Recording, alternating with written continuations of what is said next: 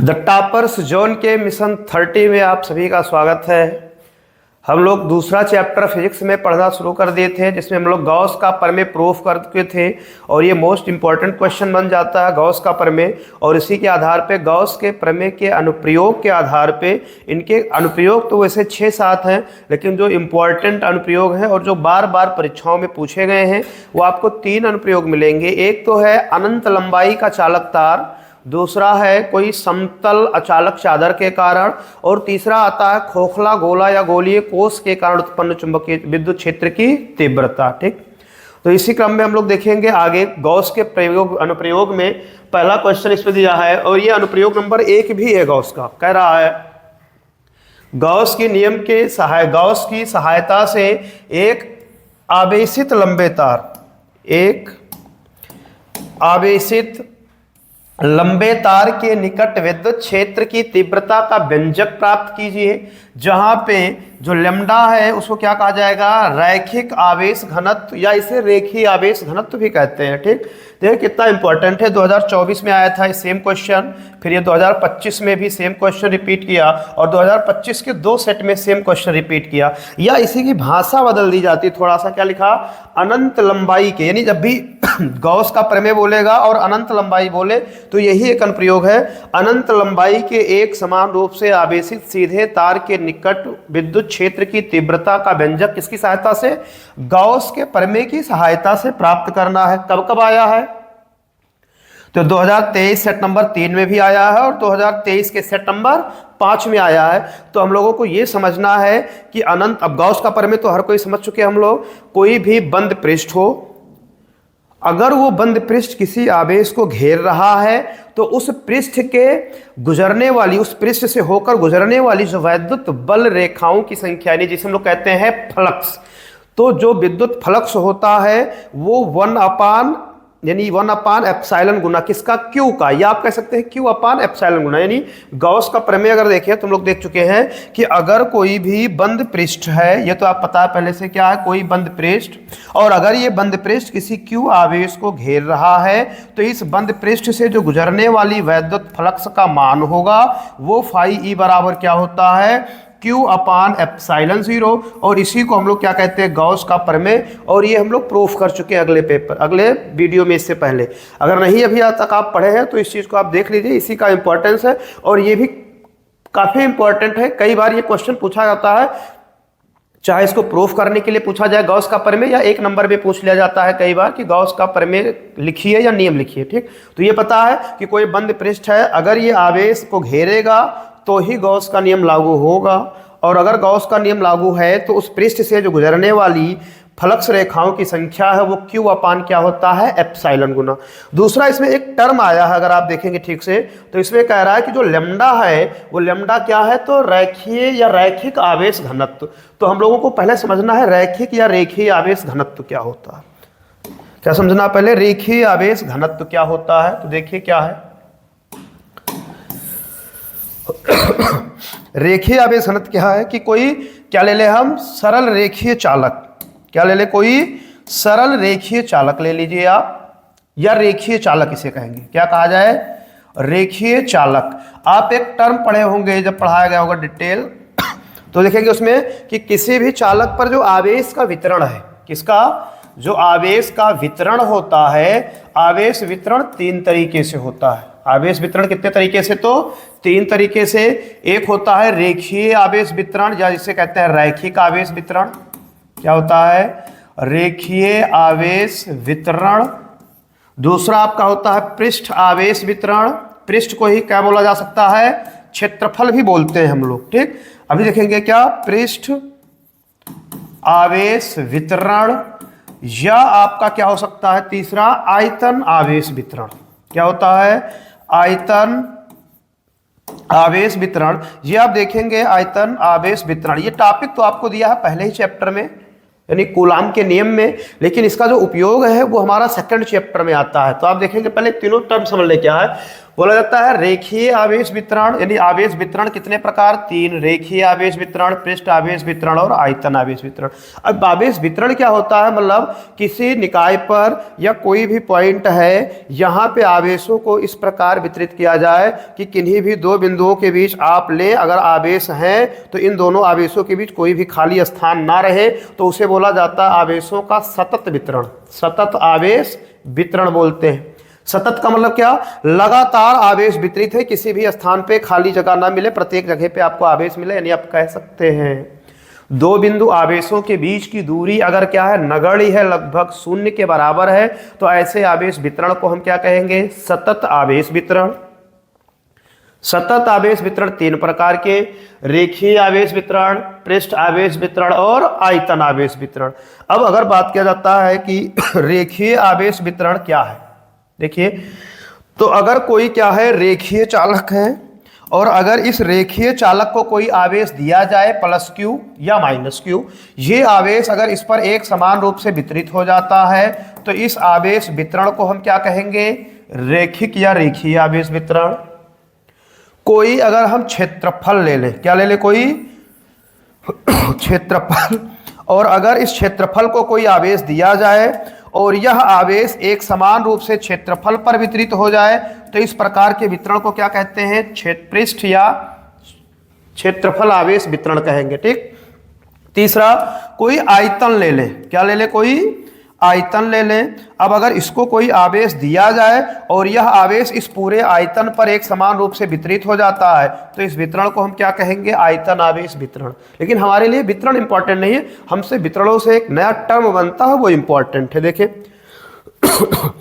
तो आप देखेंगे आवेश क्लियर, सतत आवेश वितरण। सतत आवेश क्या है, किसी निकाय में या किसी भी जगह पे आवेशों को वितरित किया जाए और दो आवेशों के बीच की दूरी अगर शून्य है, तो उसे हम कहते हैं सतत आवेश वितरण। तीन प्रकार का, रेखीय आवेश वितरण, पृष्ठ आवेश वितरण और आयतन आवेश वितरण।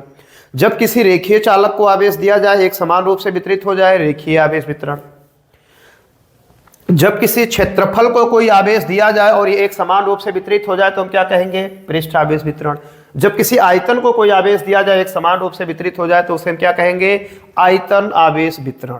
अब आप देखिए यहाँ तीन टर्म बनेंगे, इन तीनों चीजों से मिला करके तीन टर्म बनते हैं। वो तीन टर्म क्या बनेंगे, देखिए,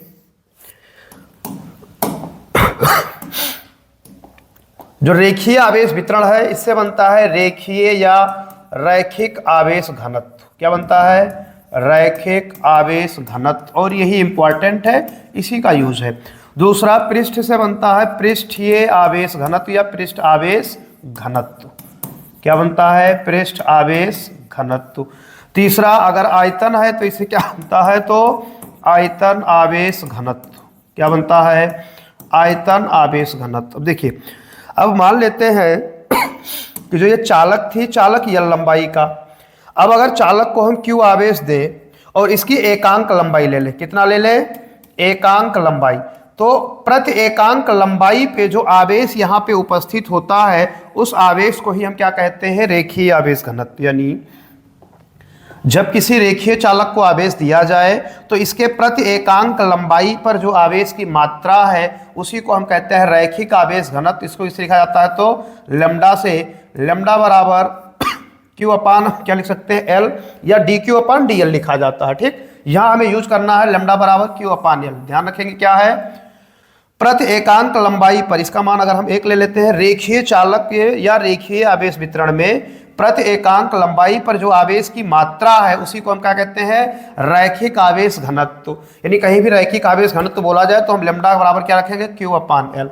इसके मात्रक की बात करेंगे तो आवेश का मात्रक कूलाम, लंबाई का मात्रक मीटर, तो इसका मात्रक क्या होता है, कूलाम प्रति मीटर। अच्छा, बीमा लिखेंगे तो कूलाम का क्या होता है, 80, मीटर का यल होगा, ऊपर जाएगा तो क्या हो जाएगा, माइनस, बीमा क्या हो जाता है, 80L -1। दूसरा,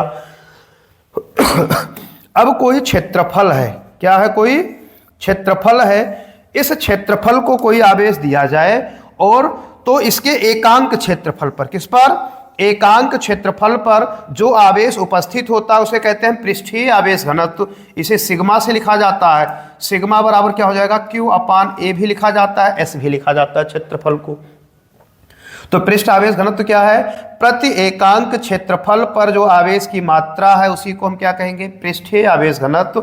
इसे सिग्मा से प्रदर्शित किया जाएगा। जो इनका दूसरा अनुप्रयोग है उसमें इसकी जरूरत पड़ेगी। मात्रक की बात करेंगे तो आवेश का मात्रक क्या होगा, कूलाम। क्षेत्रफल का मात्रक यहाँ मीटर स्क्वायर। अब बीमा लिखेंगे तो कूलाम का 80, मीटर का यल ऊपर जाएगा तो L माइनस क्या हो जाएगा 2, तो इसका बीमा क्या हो जाएगा 80L माइनस 2। आयतन की अगर बात करें तो जब किसी आयतन को दिया जाएगा कोई आवेश और इसके प्रति एकांक आयतन में जो आवेश उपस्थित होता है उस आवेश को हम क्या कहेंगे, आयतन आवेश घनत्व। इसे dB से लिखा जाता है या B से लिखा जाता है। तो B बराबर क्या हो जाएगा, Q अपान में इसका आयतन आ जाता है, और आयतन को कई बार B से भी लिखा जाता है या इसको dB से लिख दिया जाता है। तो Q अपान में इसका आयतन क्या हो जाएगा V, यानी इसके एकांक आयतन पे जो आवेश की मात्रा उसे हम क्या कहते हैं, आयतन आवेश घनत्व। और जनरली जो आयतन आवेश घनत्व होता है, ध्यान देना, इसको किसे लिखा जाएगा, रो से। किसे लिखेंगे हम, रो से। तो रो बराबर क्या हो जाएगा, Q अपान में V। ध्यान रखना, रेखीय आवेश घनत्व लैम्डा, पृष्ठ आवेश घनत्व सिग्मा, आयतन आवेश घनत्व को रो से लिखा जाता है। अब रो बराबर Q अपान B, V का मान 1, यानी प्रति एकांक आयतन में जो आवेश की मात्रा है उसी को हम क्या कहते हैं, आयतन आवेश घनत्व। मात्रक की बात करेंगे तो आवेश का मात्रक कूलाम, आयतन का मात्रक मीटर क्यूब। अब बीमा लिखेंगे तो आवेश का 80, मीटर का L, और ऊपर जाएगा तो क्यूब है तो क्या हो जाएगा L माइनस 3। बोलिए, ये तीनों टर्म क्लियर है, आपको जरूरत पड़ेगी। एक टर्म आता था आवेशों का वितरण, 3 प्रकार का, रेखीय आवेश, पृष्ठ आवेश और आयतन आवेश।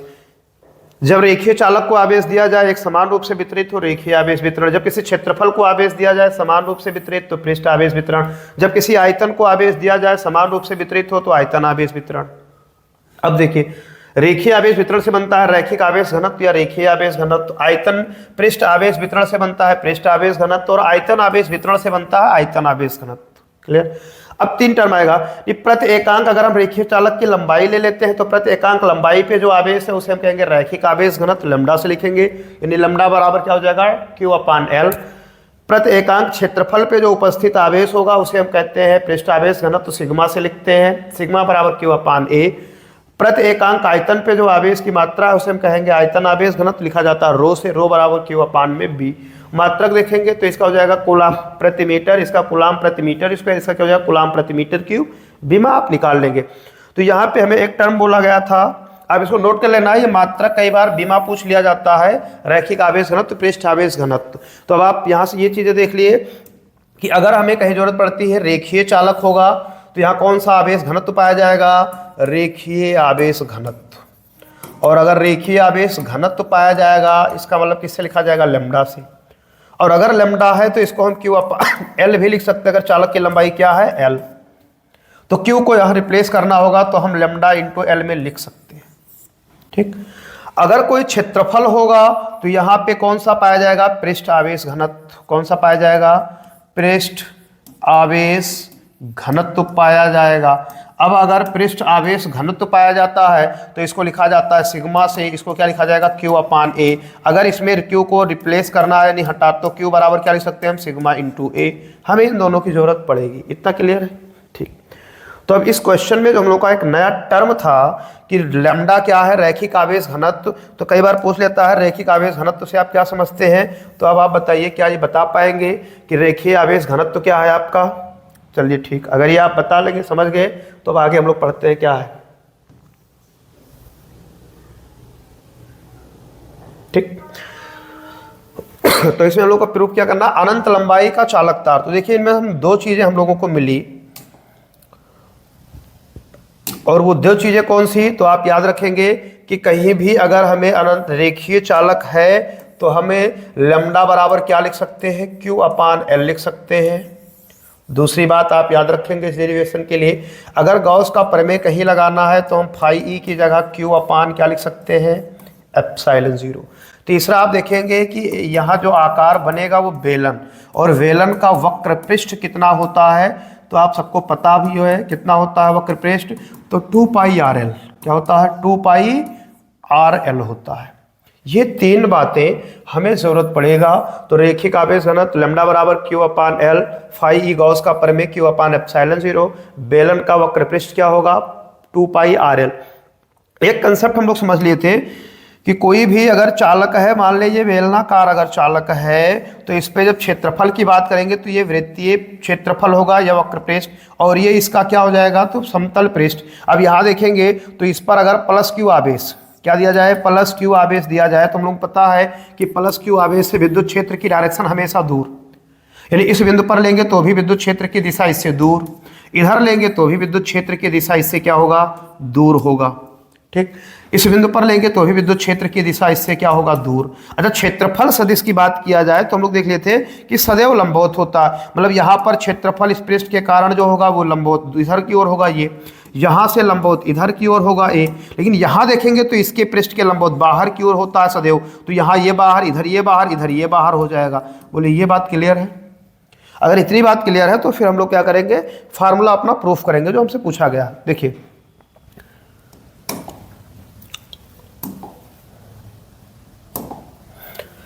क्वेश्चन ये है कि मान लेते हैं कोई ये क्या है अनंत लंबाई का चालक तार, मान लेते हैं ये क्या है अनंत लंबाई का चालक तार है। मान लेते हैं कि जो अनंत लंबाई का चालक तार है वो हम मान ले रहे हैं क्या है यक्स और वाई है। अनंत लंबाई का चालक तार क्या है यक्स और वाई है।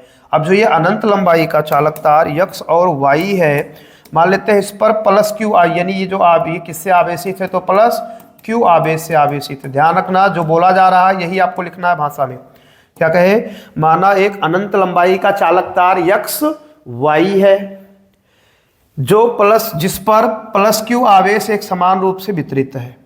अब हम लोगों को पता है कि इससे क्या निकालना है, माना इसके किसी बिंदु या मध्य बिंदु मान लेते हैं ओ से, इसे किसी बिंदु या मध्य बिंदु कहाँ से ओ से आर मीटर की दूरी पर एक बिंदु पी स्थित है। इस बिंदु पी पर हमें क्या निकालना है वैद्युत क्षेत्र की तीव्रता। क्वेश्चन ये कहा है अनंत लंबाई का चालक तार के कारण उसके निकट तीव्रता ज्ञात कीजिए। हमने क्या मान लिया कि माना एक अनंत लंबाई का चालक तार यक्स वाई है जिस पर प्लस क्यू आवेश एक समान रूप से वितरित है।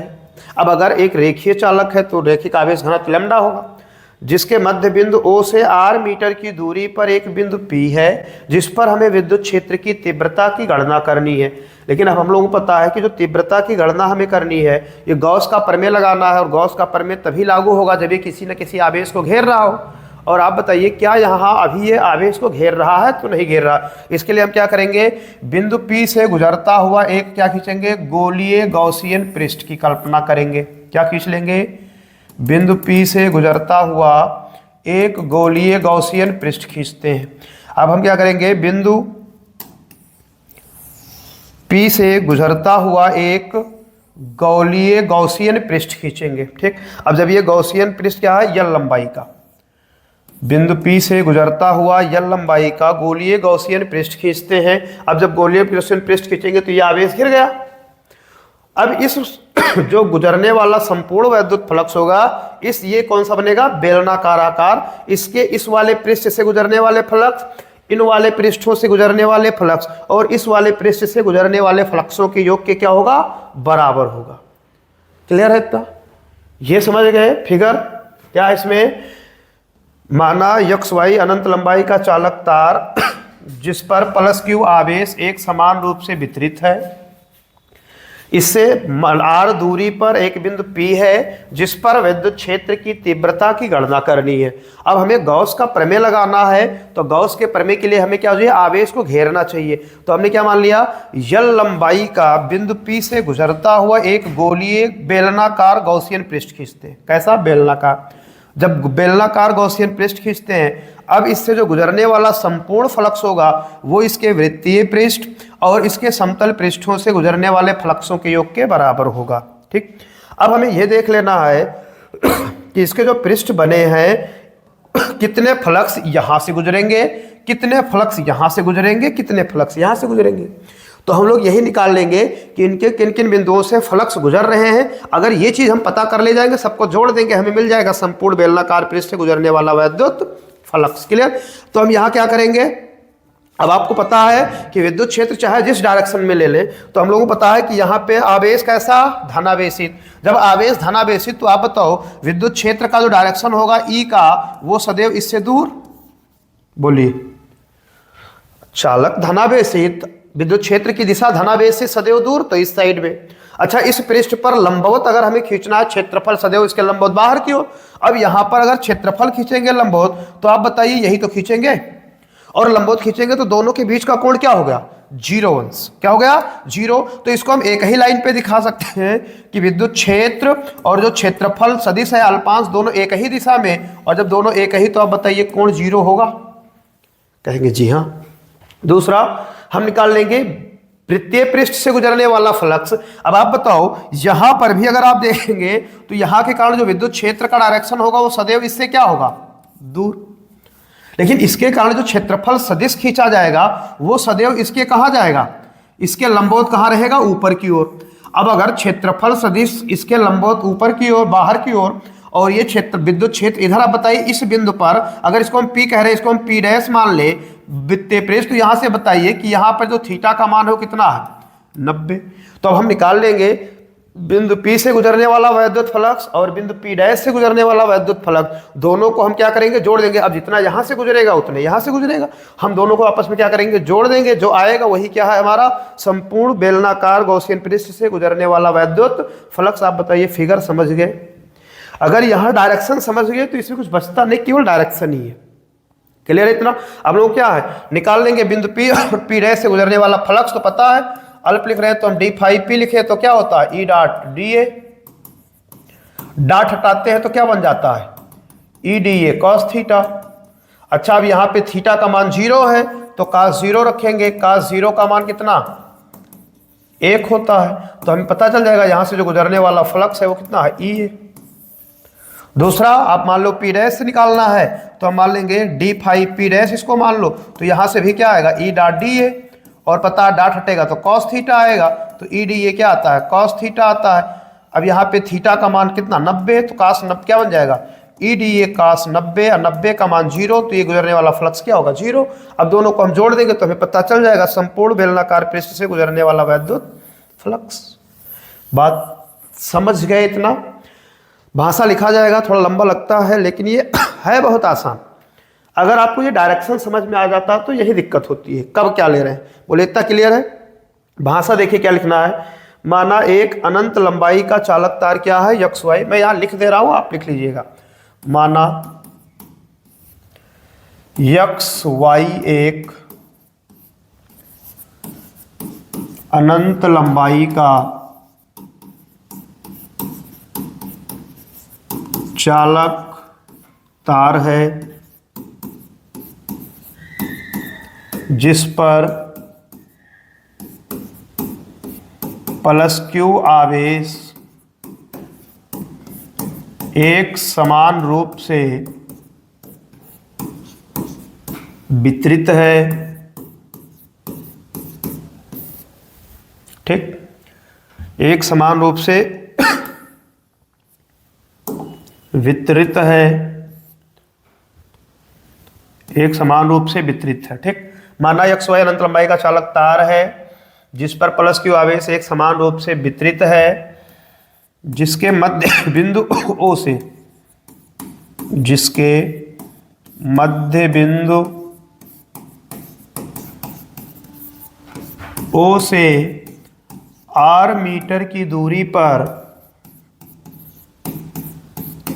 R मीटर की दूरी पर एक बिंदु P स्थित है, एक बिंदु P स्थित है जिस पर वैद्युत क्षेत्र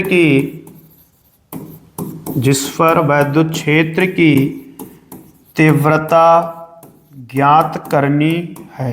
बोलिए, इतना ज्ञात करनी है। इतना समझने में कोई दिक्कत, रटने की जरूरत तो नहीं है। XY अनंत लंबाई का चालक तार है जिस पर +Q आवेश एक समान रूप से वितरित है, जिसके मध्य बिंदु O से R मीटर की दूरी पर एक बिंदु P स्थित है, जिस पर हमें विद्युत क्षेत्र की तीव्रता की गणना करनी है। क्लियर इतना? अब हमें गॉस का प्रमेय लगाना है, तो इसके लिए हम क्या करेंगे, ये आवेश को घेरने वाला कोई पृष्ठ चाहिए, तो हम क्या करेंगे, इसके लिए देखिए क्या लिखा जाएगा, इसके लिए बिंदु P से गुजरता हुआ एक बेलनाकार गॉसियन पृष्ठ खींचते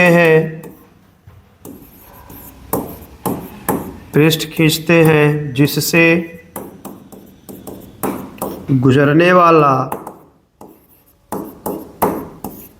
गुजरने वाला संपूर्ण वैद्युत फ्लक्स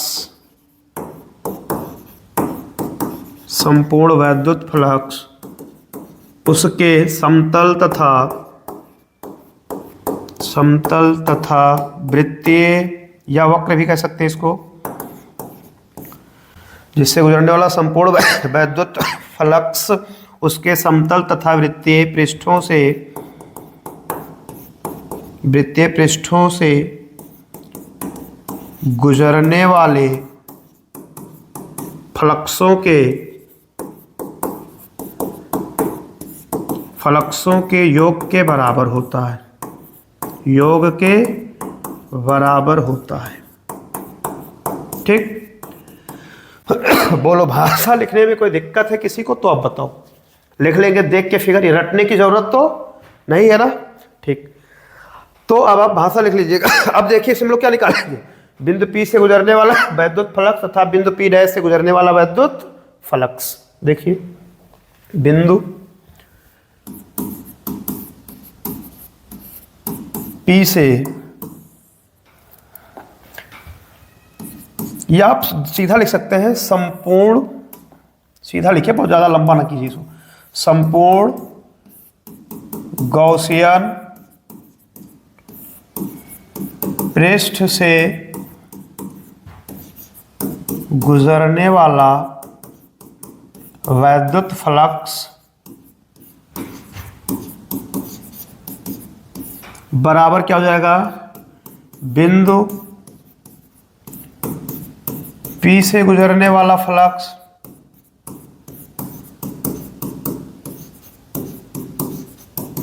तथा प्लस बिंदु P' से गुजरने वाला फ्लक्स।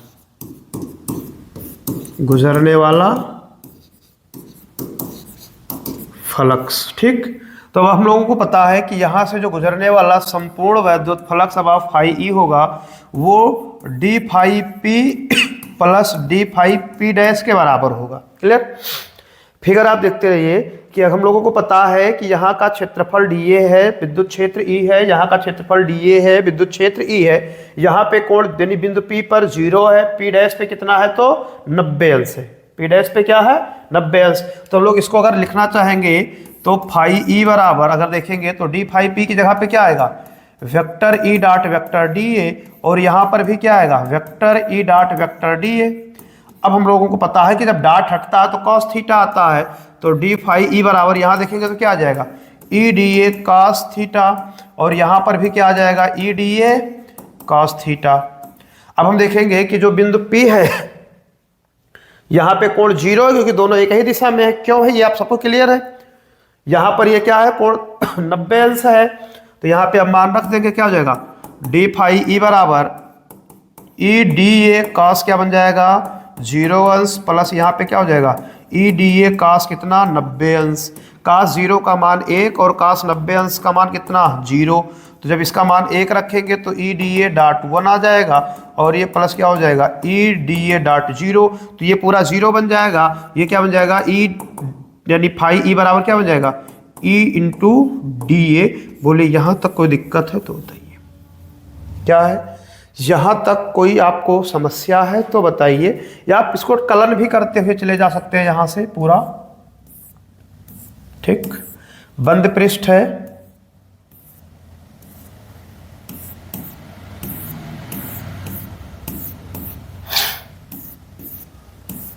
यह हो जाएगा 0। अब आप बताएंगे कि यहां क्या बच जाएगा। देखिए अब यहाँ हो जाएगा, अब यहाँ देखेंगे तो ई फिक्स है, बचेगा क्या, डी ए, क्या बच जाएगा, तो ई बाहर चला आएगा, केवल क्या बचेगा, डी ए। अब आप बताओ जब डी ए बचेगा तो डी ए का जैसे डी एक्स का यक्स होता है उसी तरीके से डी ए का जो समाकलन होगा वो क्या हो जाएगा, ए हो जाएगा, डी ए का क्या हो जाएगा, ए। तो यहाँ हमें क्या मिल जाएगा, अब फाई ई बराबर ई इंटू ए मिल जाएगा। चूंकि ए क्या है तो बेलन का वक्र पृष्ठ, और आपको बता चुके हैं पहले से बेलन का वक्र पृष्ठ, बताइए क्या होगा, तो बेलन का वक्र पृष्ठ क्या होता है, ए बराबर 2 pi r L, 2 pi r L यहाँ रख देंगे, जब यहाँ पर रख देंगे तो क्या मिल जाएगा, फाई ई बराबर E into 2 pi r L. अब क्या लगा लेंगे, गॉस का प्रमेय भी यूज करना है तो लगा देंगे गॉस का प्रमेय। जब गॉस का प्रमेय आप लगाएंगे तो क्या होता है, फाई ई बराबर क्या होता है, क्यू अपान एप्सिलॉन 0 रख देंगे, तो जहाँ फाई ई है यहाँ क्या रखेंगे, क्यू अपान एप्सिलॉन 0 बराबर क्या मिल जाएगा, E into 2 pi r L. ठीक। अच्छा, अब हम लोग को ये भी पता है कि लैम्डा भी दिया है, और लैम्डा क्या होता है, रैखिक आवेश घनत्व।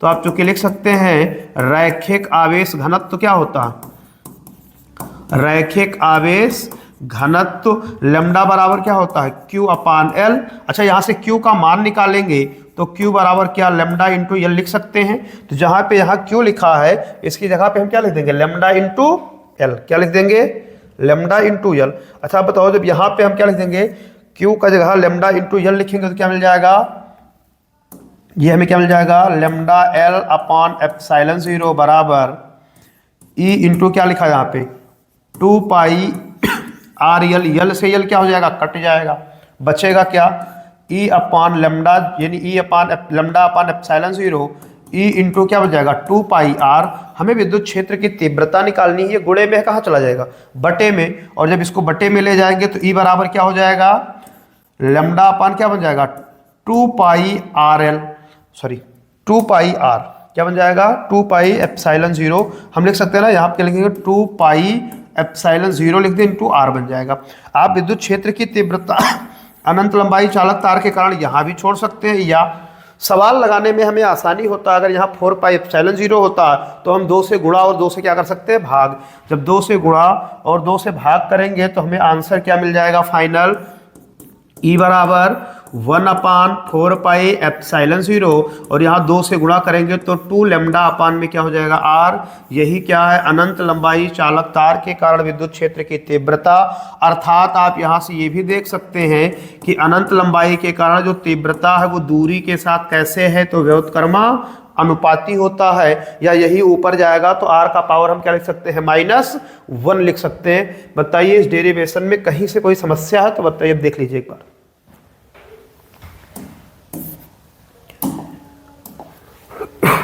इसमें कहीं कोई कंफ्यूजन है तो बताइए। देखिए क्लियर, एक बार रिवाइज कीजिए थोड़ा सा, क्या है क्वेश्चन। इसमें क्या था कि अनंत लंबाई का चालक तार है जिसके निकट हमें क्या निकालना है, विद्युत क्षेत्र की तीव्रता। रैखिक घन आवेश घनत्व क्या था, लैम्डा। हम लोग यहाँ देख लिए कि रैखिक आवेश और ये सब क्या होते हैं। ठीक, अब जो डेरिवेशन कह रहा था कि हमने क्या मान लिया, एक अनंत लंबाई का चालक तार एक्स वाई है जिस पर प्लस क्यू आवेश एक समान रूप से वितरित है। इसके मध्य बिंदु O से R मीटर की दूरी पर एक बिंदु P है जिस पर क्या है, विद्युत क्षेत्र की तीव्रता निकालनी है। अब हम लोगों को पहले से पता है कि अगर प्लस आवेश है तो उसके कारण जो विद्युत क्षेत्र की तीव्रता होती है उसकी डायरेक्शन उससे क्या होती है, दूर। और दूसरा हम लोग पढ़ चुके हैं कि जो क्षेत्रफल सदिश होता है वो सदैव पृष्ठ के क्या होगा, लंबवत होगा। तो यहाँ पे ये आवेश धनावेशित है तो विद्युत क्षेत्र की तीव्रता चाहे आप इस साइड में ले लेंगे और चाहे इस साइड में ले लेंगे, प्लस से हमेशा क्या होगा, दूर। मतलब ये विद्युत क्षेत्र की डायरेक्शन इधर होगी। अगर इस वाले पृष्ठ पे हम क्षेत्रफल देखेंगे तो लंबवत इधर तो जाएंगे बाहर की ओर। अब हमारा विद्युत क्षेत्र की भी दिशा लंबवत इधर, तो ये दोनों क्या हो जाएंगे, दोनों के बीच का 0। यहां देखेंगे तो क्षेत्रफल ऊपर की ओर जाएगा तो यहाँ लंबवत क्या हो जाएगा, बाहर की ओर होता है तो क्या हो जाएगा, 90 अंश। तो हमने क्या लिख लिया, यही भाषा में लिख लिया कि माना एक्स वाई अनंत लंबाई का चालक तार जिस पर प्लस क्यू आवेश एक समान रूप से वितरित है, जिसके मध्य बिंदु O से R मीटर दूरी पर एक बिंदु P है जिस पर विद्युत क्षेत्र की तीव्रता ज्ञात करनी है। बाकी आप ये लिख लिए। उसके बाद क्या है, हम लोग निकाल लिए कि संपूर्ण पृष्ठ से गुजरने वाला विद्युत फ्लक्स, तो बिंदु P से और P' से गुजरने वाला फ्लक्स जब हटाते तो क्या आता है, ई डॉट डी, ये डॉट हटाएंगे क्या आएगा, कॉस थीटा आएगा। cos थीटा यहाँ 0 था तो 0 रख दिया, यहाँ 90, cos 90 का मान 0, तो ये पूरा 0 हो जाएगा। ये हो जाएगा ई डी ए। अब ई कांस्टेंट है, बाहर चला जाएगा, डी ए का क्या हो जाता है, क्षेत्रफल का ए क्या है, यहाँ पे बेलन का वक्र पृष्ठ है, बेलन का वक्र पृष्ठ क्या होता है, 2 पाई आर एल। ए की जगह हमने 2 पाई आर एल रख दिया। अच्छा, हमें गॉस का प्रमेय भी यूज करना है, तो फाई बराबर क्या होता है, क्यू अपान एप्सिलॉन 0, यहाँ क्यू अपान एप्सिलॉन 0 रख दिए। अच्छा, हमें रैखिक आवेश घनत्व भी यूज करना है, तो ये क्या होता है, लैम्डा बराबर क्यू अपान में एल होता है। इसका मान हमने रख दिया, तो क्यू निकाले, क्या मिला, लैम्डा इंटू एल। अब यहाँ क्या करेंगे, सबका मान रख दिया, एल से एल कट गया, ई को हम सेपरेट किए, तो ई बराबर क्या मिल गया, lambda upon 2 pi epsilon 0 into R. हम यहाँ भी छोड़ सकते हैं, या 1 अपान 4 पाई एप्सिलॉन 0 अगर बनता है तो न्यूमेरिकल लगाना हमारे लिए आसान होता। तो हमने क्या किया, 2 से गुणा और 2 से भाग, तो ये मिल गया। कई बार आपको ऑप्शन में पूछ लेगा कि अनंत लंबाई चालक तार के कारण जो विद्युत क्षेत्र की तीव्रता है वो दूरी के साथ कैसे निर्भर करता है, तो आप देखेंगे ये दूरी क्या है, व्युत्क्रमानुपाती। ध्यान रखना, घात में केवल क्या है, 1 है, बाकी कुछ नहीं है। तो ये क्या है, ई बराबर 1 अपान 4 पाई एप्सिलॉन 0 2 लैम्डा अपान में क्या है, आर, और यही क्या है, अनंत लंबाई चालक तार के कारण उत्पन्न विद्युत क्षेत्र की तीव्रता। आप इसको लिख लीजिएगा, ये इंपॉर्टेंट है और ये आता है पेपर में, लगभग किसी ना किसी सेट में क्वेश्चन मिलता है जरूर। जैसे आप यहाँ देख लिए, लगातार हर साल किसी ना किसी सेट में क्वेश्चन रहता है, तो ऐसे में आपके लिए भी इंपॉर्टेंट बनता है और तैयार होना चाहिए। सवाल कैसे लगते हैं, क्या देखना हमें, सवाल कैसे लगते हैं, न्यूमेरिकल हम कैसे सॉल्व करेंगे। ठीक, देखो, तो हम लोगों को पता है कि अब कोई भी अनंत लंबाई का चालक तार है, इस पर कोई आवेश क्यू वितरित होगा, इससे आर मीटर की दूरी पर पूछेगा विद्युत क्षेत्र की तीव्रता बताओ। ठीक, तो हम लोग अब याद रखेंगे कि अनंत लंबाई चालक तार के कारण तीव्रता क्या होता है, अनंत लंबाई के चालक तार के कारण या चालक तार के निकट विद्युत क्षेत्र की तीव्रता, विद्युत क्षेत्र की तीव्रता। तो आप ध्यान रखेंगे कि निकट विद्युत क्षेत्र की तीव्रता का फार्मूला क्या पढ़ चुके हैं, ई बराबर 1 अपान 4 पाई एप्सिलॉन 0 2 लैम्डा अपान में आर। अब देखिए, जब आपको ये दिया जाएगा, जहां अगर बात करें इसमें कौन क्या है, इसमें क्या क्या चीजें हैं, तो आप देखेंगे जहां ई को बारे में तो आपको अच्छे से पता है कि ई क्या है, विद्युत क्षेत्र की तीव्रता। ई क्या है, विद्युत क्षेत्र की तीव्रता। अच्छा, इसका मान तो आप निकाल लेते होंगे, अब पहचान तो लेते ही है, क्या होता है मात्रक, न्यूटन प्रति कूलाम होगा, या क्या होता है, वोल्ट प्रति मीटर होता है, या फिर जूल कूलाम प्रति मीटर होगा। ठीक, अब इसमें क्या हो जाएगा, तो ई का मान अगर दिया है या मात्रक न्यूटन प्रति कूलाम वोल्ट प्रति मीटर है, तो आप समझ जाएंगे ये ई का मान है। लैम्डा, अब आप आर देखेंगे तो आर क्या है, दूरी, चालक से क्या है, दूरी। दूरी का मात्रक किसमें होना चाहिए, हमेशा मीटर में। आपको पहले बता चुके हैं कि अगर कहीं सेंटीमीटर दिखे तो हटाने के लिए किससे गुणा, 10 के घात -2 से। अगर कहीं मिलीमीटर दिखे तो हटाने के लिए किससे गुणा, 10 के घात -3 से। अगर कहीं माइक्रो दिखे तो 10 के घात -6 से। अगर कहीं एंगस्ट्रॉम दिखे तो 10 के घात -10 से मल्टीप्लाई कराएंगे। ठीक, दूसरा, अब देखेंगे लैम्डा क्या है, तो लैम्डा क्या है, रेखीय आवेश घनत्व। क्या है, रेखीय आवेश घनत्व। अच्छा, अब आप बताओ मात्रक क्या होता है इसका, अभी जस्ट हम लोग पढ़ के आए, तो रेखीय आवेश घनत्व का मात्रक क्या होता था, कूलाम प्रति मीटर। क्या होता है, कूलाम प्रति मीटर होता है। ठीक, यानी अब अगर लैम्डा का मान दिया है रेखीय आवेश घनत्व तो ठीक है, या तो लैम्डा निकालना होगा। अब हो सकता है कि आपको आर देगा, लैम्डा देगा तो ई का मान पूछेगा, ई का देगा, आर देगा तो लैम्डा पूछेगा। ठीक, अब यह हो सकता है केवल आर दे दे, तब आवेश और चालक की लंबाई दी जाएगी। लेकिन अनंत लंबाई का चालक तार है तो आपको तीनों में किसी एक का मान, 2 का मान दिया जाएगा, तीसरा पूछा जाएगा। अच्छा, इसका मान तो पता है, 1 अपान 4 पाई एप्सिलॉन 0 की जगह क्या रखा जाता है, तो 9 गुणे 10 के घात कितना रखते हैं हम, 9 रखते हैं। बोलिए, मान पहचान लेंगे। ई क्या है, विद्युत क्षेत्र की तीव्रता, यानी कोई मान दिया गया है, अगर वो विद्युत क्षेत्र की तीव्रता बोले या उसके मात्रक में क्या लिखा है, न्यूटन प्रति कूलाम या वोल्ट प्रति मीटर, तो वो ई का मान है।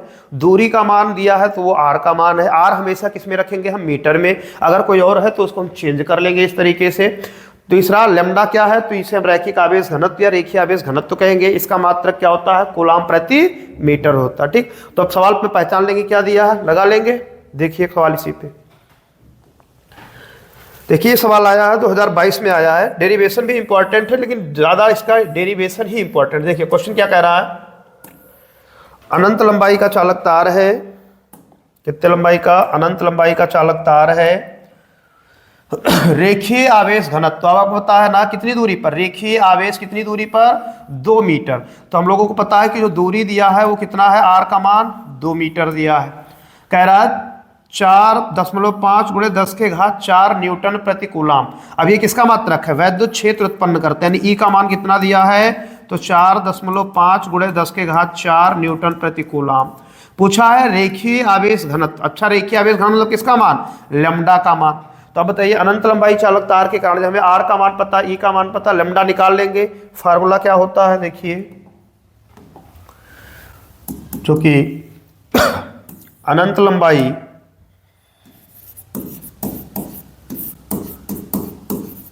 के चालक तार के निकट वैद्युत क्षेत्र पता है सबको, E बराबर 1/4 पाई एप्सिलॉन 0 2 लैम्डा अपान में R। अब आप बताइए, हमें लैम्डा निकालना है, सबका मान पता है, रख दो। E का मान कितना है? 4.5 गुणे 10 के घात 4। 1/4 पाई का मान कितना? 9 गुणे 10 के घात 9। 2 इंटू लैम्डा निकालना है, बटे में आर का मान कितना है? तो 2 है। 2 से 2 क्या हो जाएगा? कट जाएगा। जब 2 से 2 कटेगा तो हो जाएगा 45 गुणे 10 के घात 4 बराबर 9 गुणे 10 के घात कितना? 9। ये 9 गुणे 10 के घात 9 गुणे में लैम्डा, लैम्डा निकालना, ये गुणे में कहाँ चला जाएगा? बटे में। यानी लैम्डा बराबर हम लिख सकते हैं 4.5 गुणे 10 के घात 4 और ये हो जाएगा 9 गुणे 10 के घात 9। 9 से काटो 9 का 9, 9 पचे 45, लेकिन एक बार के बाद दशमलव तो 0.5। तो लैम्डा बराबर 0.5। अच्छा, घात नीचे क्या है? +9 है, ऊपर जाएगा तो क्या हो जाएगा? माइनस। तो 10 के घात +4 और ये नीचे प्लस ऊपर जाएगा तो माइनस। 5 9 में 4 घटेगा तो क्या बचेगा? 5, यानी 0.5 गुणे 10 के घात कितना? -5। आप यहाँ भी छोड़ सकते हैं, मात्रा क्या होगा? कूलाम प्रति मीटर, या एक अंक दशमलव उधर ले जाए तो जितना हम लिखने की दिशा में ले जाते हैं उतना माइनस आता है, तो एक अंक दशमलव माइनस आएगा, तो हम लिख सकते हैं 5 गुणे 10 के घात -6 और मात्रक क्या हो जाएगा? कूलाम प्रति मीटर। यही इस क्वेश्चन का क्या होगा? आंसर। आप बताइए, न्यूमेरिकल लगा लेंगे। अगर अनंत लंबाई का तार पूछा जाए तो इस पर न्यूमेरिकल लग जाएगा। क्लियर? मान अब आप ढूंढ लेंगे। अच्छा, ये बताइए, जब लोग पहले क्लास में पढ़ना शुरू किए थे तो लगता था न्यूमेरिकल बहुत टफ होता। आप बताइए, क्या वास्तव में न्यूमेरिकल टफ है, या अगर थोड़ा सा समझा जाए तो वो आसान हो जाता है? अब आप देखिए, मान ढूंढ लेंगे, मान रख लेंगे, गुणा भाग कर लेंगे तो हमें आंसर क्या हो जाएगा? मिल जाएगा। ठीक, देखिए अगला क्या है इसमें, एक क्वेश्चन आपको और भी इसमें क्या है, ये देखिए। कह रहा अनंत लंबाई चालक तार। ध्यान है, कंफ्यूजन कोई नहीं, इसका आप हेडिंग नाम पता, अनंत लंबाई चालक तार, तो ये हमेशा बोला जाएगा क्वेश्चन में कि क्या है? अनंत लंबाई का चालक तार है। ठीक, अब देखिए क्या दिया है। कह रहा अनंत लंबाई के चालक तार के एक समान रूप से आवेशी थे रेखीय चालक तार। रेखीय आवेश घनत्व दिया है, क्या दिया है? अच्छा, रेखीय आवेश घनत्व जब आप कहे तो पता है किसका मान है? ये लैम्डा का। किसका मान दिया आपको? लैम्डा का मान 10 गुणे 10 के घात कितना? -8 कूलाम इंटू मीटर। तार से कितनी दूरी पर? तो 2 सेमी। अच्छा, आर का मान कितना दिया आप? 2 सेमी। ध्यान देना, ये है किसमें? सेमी में, लेकिन होना किसमें चाहिए? किसमें होना चाहिए? मीटर में होना चाहिए। अब अगर ये मीटर में होना चाहिए तो किससे मल्टीप्लाई करेंगे? 10 के घात -2 से गुणा करेंगे, किसमें बदल जाएगा? ये मीटर में बदल जाएगा। निकालना क्या है? विद्युत क्षेत्र की तीव्रता। विद्युत क्षेत्र की तीव्रता बोले तो किसका मान? ई का मान। बोले मान पहचानने में कोई दिक्कत हो तो बताइए, पहचान लेंगे। अगर आप गणितीय मान से पहचान पा रहे तो ठीक है, नहीं तो आप मात्रक देख लिए। कूलाम प्रति मीटर किसका होता है? लैम्डा का। सेमी दिया है, दूरी दिया है, आर का हमें ई निकालना। दूरी सेमी में होना किसमें चाहिए? मीटर में होना चाहिए। तो हम क्या करेंगे? 10 के घात -2 से गुणा कराएंगे, हमें ई का मान निकालना। अब डायरेक्ट फार्मूला लिख लेते हैं। फार्मूला हम लोगों को पता है क्या होता है, तो फार्मूला अनंत लंबाई चालक तार के कारण ई बराबर 1/4 पाई एप्सिलॉन 0 2 लैम्डा अपान में क्या होता है? आर। ठीक, अब आप मान रखेंगे तो क्या मिल जाएगा? ई बराबर 1/4 पाई एप्सिलॉन का मान कितना? 9 गुणे 10 के घात 9 2 इंटू लैम्डा का मान कितना दिया है आपको? ये दिया है 10 गुणे 10 के घात -8 बटे में आर का मान कितना दिया है? तो 2 गुणे 10 के घात माइनस कितना हो जाएगा? 2। अब ये 2 से 2 क्या हो जाएगा? कट जाएगा। नीचे ये 10 के घात -2 है, ऊपर जाएगा तो क्या हो जाएगा? +2। जब ये +2 हो जाएगा 9 गुणे, अच्छा ये 10 के घात +9 है, 9 में 2 जुड़ेगा, ये माइनस ऊपर जाएगा प्लस, तो 9 2 कितना? 11 गुणे 10 के घात कितना? -8। अच्छा, 11 में 8 घटाओ तो कितना बचेगा? 9 गुणे 10 के घात कितना 8 3 11 यानी +3 मात्रक क्या होगा न्यूटन प्रति कूलम। बोलिए सवाल लग जाएगा इस पे कि सवाल में कोई कंफ्यूजन है? बोलिए यहां तक कोई कंफ्यूजन किसी को हो तो बता सकते हैं। पहला अनुप्रयोग क्लियर। तो इसमें हम लोग क्या क्या पढ़ लिए कि जो वैद्युत क्षेत्र की तीव्रता थी अनंत लंबाई के चालक तार के कारण जो उत्पन्न वैद्युत क्षेत्र की तीव्रता है, यहां से हम लोग पढ़ना शुरू किए और ये देख लिए रैखिक आवेश घनत्व, पृष्ठ आवेश घनत्व, आयतन आवेश घनत्व, इनके मात्रक विमा क्या होते हैं। फिर हम लोग प्रूफ कर लिए गॉस क्या अनुप्रयोग नंबर 1 जो इंपॉर्टेंट है अनंत लंबाई चालक तार के कारण। उसके बाद इसी पे हम लोगों ने क्या किया 1-2 सवाल लगाया और यहाँ तक आप पढ़ चुके। अब आप इसमें क्या कीजिए जो ये सवाल है ये सवाल आप क्या करें नोट कर लीजिए ये सवाल।